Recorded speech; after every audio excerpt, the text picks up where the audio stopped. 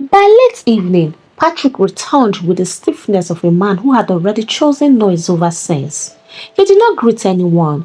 He walked straight to the yard.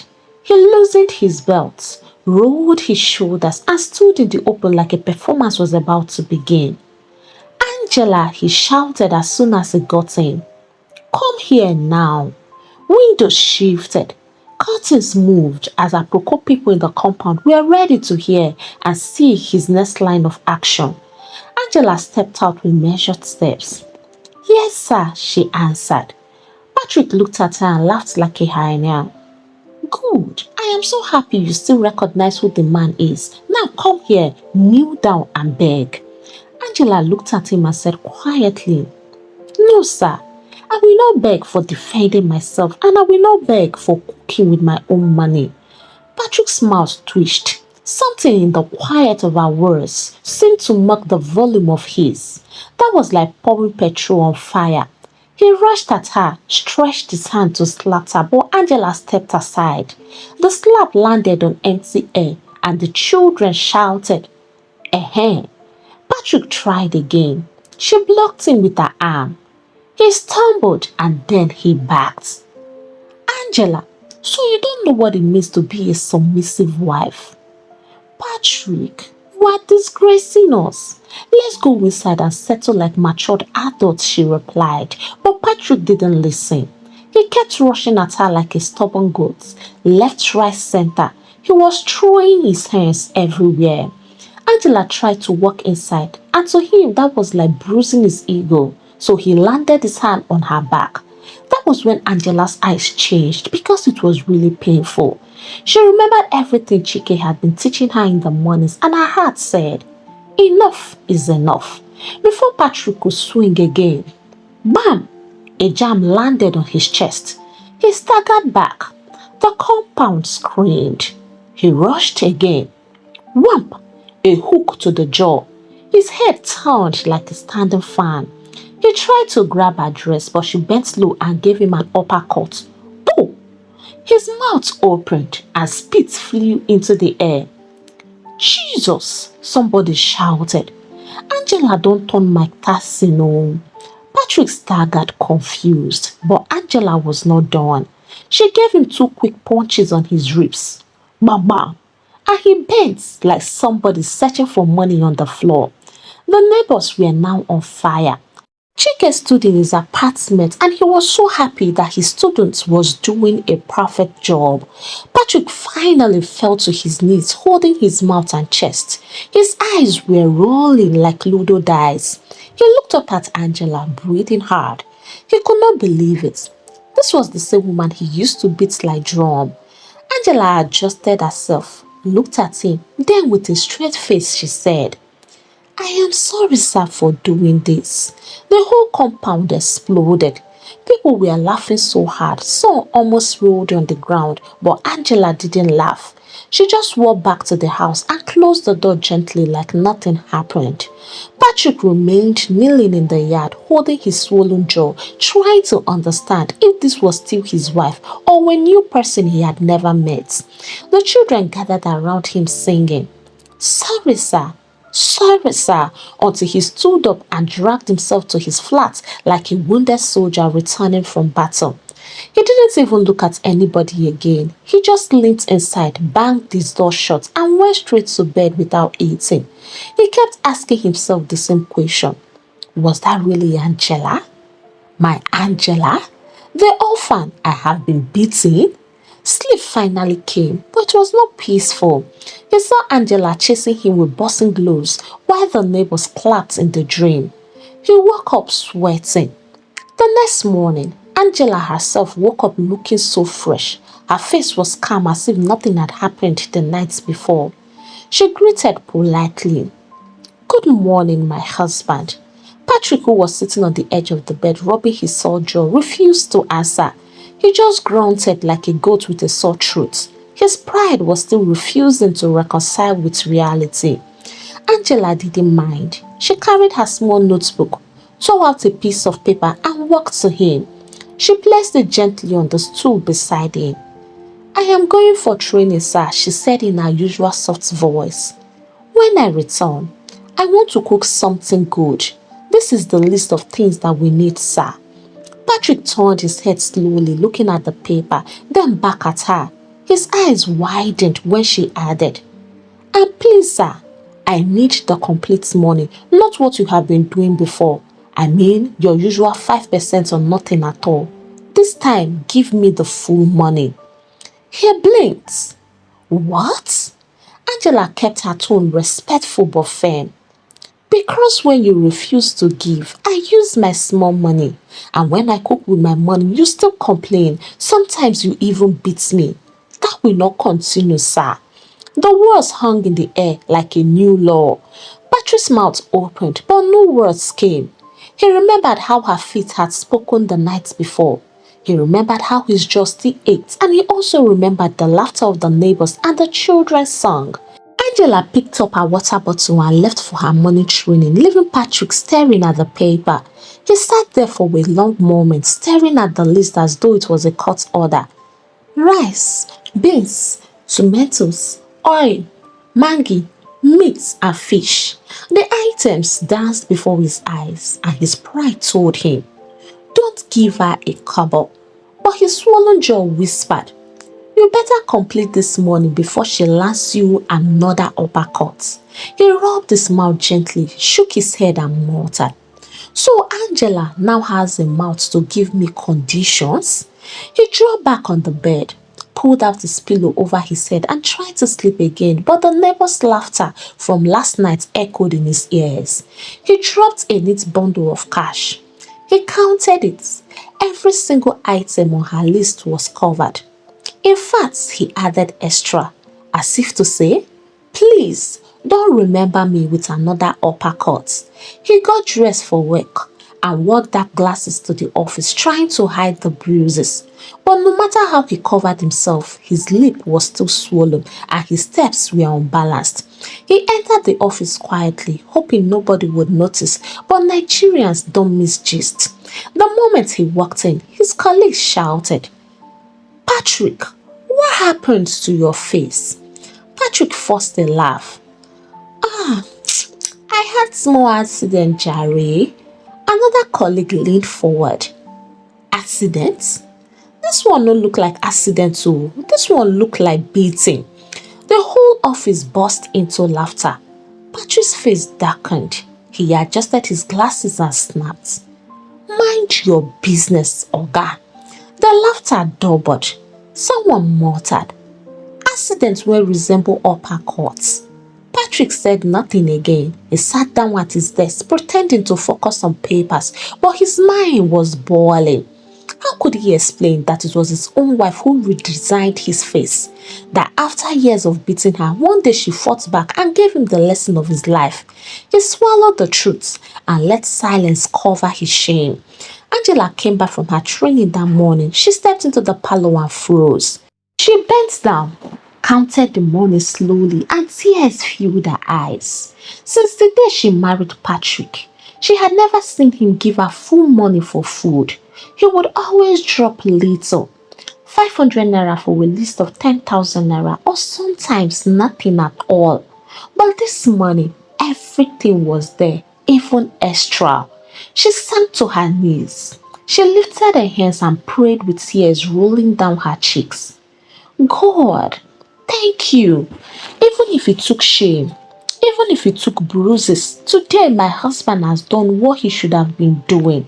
Change his heart, Lord, and make him a man who provides, not one who punishes." When she finished praying, she hurried to the market. She bought all she needed and she carried her basket home with joy bubbling in her heart. That afternoon, the aroma of stew filled the compound. The neighbors looked at one another knowingly. Eh? So Angela can cook like this? Better food has been hiding since because of stingy husband. Angela sank as she stirred the pot, adding oil, spices and meat without fear of lack. Her joy was in every moment. By the time the food was ready, the stew was rich, the rice fluffy, and the whole house smelt like celebration. Patrick dragged himself home from work, still nursing his swollen pride. He opened the door, and the sweet smell of food hit him. His stomach betrayed him with a loud growl. He sat down quietly and Angela served him a full plate of rice and stew with generous meat sitting boldly on top. Patrick picked up his spoon and tasted it. His eyes widened. He chewed slowly, then took another spoonful, then another. Before long, he was eating like a man who had just discovered food for the first time. As he cleared the plates, he began muttering to himself, Patrick, what was even wrong with you all this while? So it wasn't that my wife can't cook, it's because I was an irresponsible husband who never provided. Angela heard him but said nothing. She only smiled faintly as she washed plates in the kitchen. Patrick licked the spoon clean, looked at his empty plate and shook his head. Omo, I've been punishing myself, shouting and beating when the problem was me all along. For the first time in years, he felt full, not just in his stomach, but in his heart. Angela came to sit beside him in the parlor. She looked at him without fear. Patrick, she said slowly, I need to say something. He nodded. I am sorry for the way I beat you in front of everybody. I didn't want it to get to that point, but you kept on pushing me. I only defended myself. Patrick looked up surprised. He rubbed his jaw gently and let out a small laugh. Angela, you don't need to be sorry. I was the foolish one. I was starving you, beating you and disgracing you. Yesterday was the first time I saw myself clearly. You only showed me the truth with your fist. They both laughed a little with the tension melting. Patrick reached for her hand. Forgive me. I have been an irresponsible husband. I promise you, from today, no more stinginess, no more beating, and no more foolish pride. Angela's eyes were filled with tears. I forgive you, she said. Let us build our home in peace. All I want is a husband who cares. For the first time in their marriage, they held hands and spoke like friends. And from their room, they landed in Jerusalem to seal their reconciliation. From that week, things began to change. Patrick became serious with his job, no longer distracted by pride and quarrels. He gave Angela money in full whenever she asked and sometimes even added extra without waiting for her list. The neighbors noticed the difference. Instead of fights, they now heard Angela's laughter drifting from the flat. 1 month later, Patrick was called into his office. His boss commended his renewed focus and discipline. To his surprise, he was promoted to a higher position with better salary and allowance. When he came home with the news, Angela danced in the parlor thanking God. See how peace brings blessings, she said with her hands lifted. With the new salary, Patrick told her, we cannot continue living here where everybody saw our disgrace. Let us move to a better place. Angela agreed. Together, they packed their things and left the compound quietly. The neighbors watched them go, some whispering, truly, no marriage is beyond redemption if the right key is being applied. In their new apartment, it was as if the whole world turned in their favor. Angela's face began to shine again. The dark circles around her eyes disappeared. She started dressing well. Her skin glowed, and her former neighbors who saw her in the market said, Angela, you are looking younger every day. Oh. Patrick too changed. He stopped drinking completely. No more late nights in beer parlors and no more wasting money on alcohol. Instead, he came home early, sat with his wife and ate her food with joy. His stomach reduced, his eyes cleared, and his colleague at work said, Patrick, you are looking fresh these days, oh. What is your secret? He only smiled and replied, peace of mind. One Saturday morning, he surprised Angela. He came home with documents and a big smile. Angela, he said, you have suffered with me, but now I want you to stand on your own. I have rented a shop for you and I have stocked it with goods. You will be running your own business. Angela dropped the spoon she was holding, her eyes wide. Patrick, are you serious? He nodded. Yes, I am. You stood by me when I was irresponsible. You prayed for me when I didn't deserve it. You even taught me sense with your fists. They both laughed. Now it is time for me to give you wings. Angela fell on her knees with tears of joy running down her cheeks. Thank you, Lord. You have turned my sorrow into laughter. From that day, Angela became a businesswoman. She woke up every morning and opened her shop. She sold rice, beans, gari, and provisions, and customers loved her because she treated them with respect, and money began to flow. The couple became an example to others. People who once mocked them now admired them. Younger wives came to Angela for advice, and Patrick advised other men in his office. If you don't provide for your wife, don't complain when she reminds you that responsibility is not optional. Months passed in their new life and the difference showed everywhere. Angela's shop was doing well. Patrick was steady at his job and their home was full of laughter. No shouting, no beating, and no bitterness. They prayed together at night, shared jokes, and even went to church hand in hand. For years, Angela has silently carried the pain of childlessness. Patrick too had been worried, but instead of showing love, he had poured his frustration on her with insults and beatings. Now that peace had replaced war, something shifted. Their minds were knitted together. Their prayers were united and their love was no longer bitter. One morning, Angela felt strange. Food smelt differently. Sleep pressed her at odd hours, and her body gave her hints she could not ignore. She went quietly to the hospital for a test. When the nurse smiled and said, "Congratulations, madam, you are pregnant," she fell on her knees right there, weeping with joy. She ran home, entered the living room where Patrick was reading the newspaper and knelt before him. "Patrick," she whispered, her voice breaking, "we are going to have a baby." Patrick froze. The paper slipped from his hands. For a moment, he thought he was dreaming. Then he grabbed her hands, pulling her up. "Angela, are you serious?" "Yes," she cried, laughing through her tears. "It is true." Patrick lifted her like a child, turning around the parlor. "God, thank you." From then on, Patrick treated Angela like gold. He carried her back to the hospital when his schedules allowed it. He gave her food at odd hours and even cooked for her. The man who once refused to buy meat now bought cartons of milk, fruits, and anything she craved. Angela's face glowed with joy, and Patrick's pride was no longer in noise but in love. They both knew that the child came not because of medicine or stress-free living, but because bitterness had left their hearts. 9 months later, the baby arrived, a healthy, bouncing baby boy. They named him Chibukem, meaning "God is my strength." Patrick's changes became so visible for all to see. He was calmer, wiser, and surprisingly humble. He began to talk differently, not only in his home but outside too.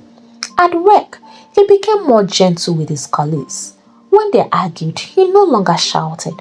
When they gossiped, he no longer joined. His boss noticed and said, "Patrick, I don't know what changed in your life, but I love it for you."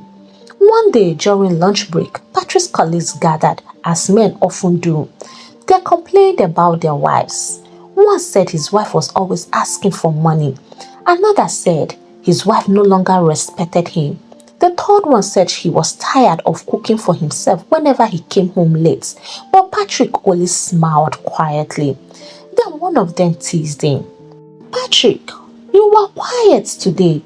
Before you would be the loudest, saying how women need beating to respect men.